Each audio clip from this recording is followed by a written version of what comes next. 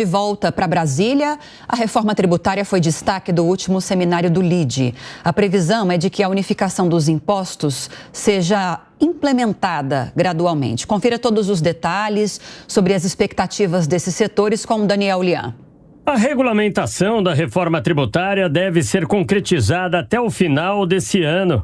Essa é a avaliação do deputado do PT de Minas Gerais, Reginaldo Lopes, vice-líder do partido na Câmara, que está otimista em relação ao cronograma. Agora é a regulamentação.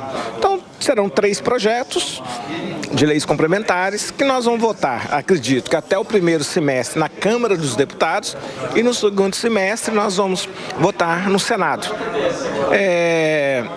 A maioria qualificados, 257 votos, não tem ping-pong, começou na Câmara, vai terminar na Câmara, portanto eu acho extremamente viável a aprovação e sanção de todas essas leis até dezembro de 2024. Para o senador pela Paraíba, Efraim Filho, líder do União Brasil no Senado, as leis complementares que estão em discussão devem ser alvo de atenção a fim de se evitar distorções. A gente busca com a reforma tributária um modelo mais simples, menos burocrático e que facilite a vida de quem produz. Já aprovamos a PEC, coisa que durante 20 anos se tentou e não conseguiu. Agora é cuidar das leis complementares, é ali onde mora o perigo, é ali onde estão os detalhes e vamos cuidar de uma reforma tributária que é feita para resolver a vida de quem produz e do contribuinte, não para resolver a vida dos governos. A percepção é que a reforma tributária é crucial para o futuro do país. Porém, apesar dos avanços, é necessário cuidar de outro ponto fundamental: o gasto público. O entendimento é que não basta otimizar a tributação sem que haja responsabilidade fiscal. O presidente da Frente Parlamentar do Comércio e Serviços, deputado federal do PL de Minas Gerais, Domingos Sávio, diz que é preciso controle. Nós não podemos aceitar isso. Então, qual o risco? Se você vai gastar mais, não vai, e nós do Congresso não vamos aceitar aumentar imposto, corre o risco de voltar a inflação, porque aumenta a dívida pública, e quando aumenta a dívida pública, o governo acaba gerando, né, a partir daí, mais inflação, mais problema para todos os brasileiros. Então, o governo tem que assumir essa responsabilidade de fazer um gasto público mais responsável. A regulamentação é aguardada com ansiedade. Paulo Solmuti, presidente da Associação Brasileira de Bares e Restaurantes, destaca que o setor abriga aproximadamente 5 milhões de empregados diretos e mais de 2 milhões de empreendedores.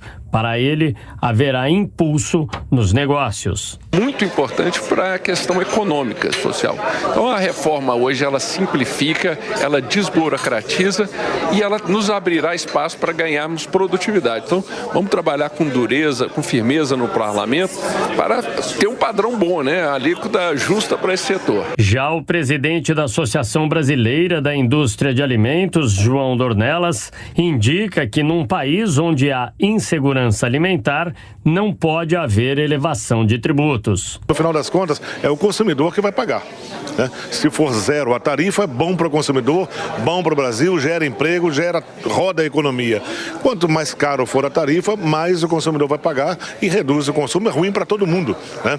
Imagina que dentro dessa indústria de alimentos e bebidas brasileiras, são 38 mil empresas de norte a sul do Brasil, sendo que 94% delas são micro, pequenas e médias, que nesse momento estão fabricando o alimento que nós consumimos em casa e o alimento que é exportado para 190 países. O ex-governador de São Paulo, João Dória, classifica como essencial a reforma tributária não só para o setor produtivo, mas especialmente para os consumidores, e avalia a tramitação no Congresso. Agora entra na fase de regulamentação, uma fase importante que exige muita atenção, porque pequenos detalhes neste texto podem modificar o efeito da reforma tributária. Ela é muito importante, primeiro porque ela tem que beneficiar o consumidor de forma geral, reduzir burocracia e facilitar aqueles que são pagadores de impostos.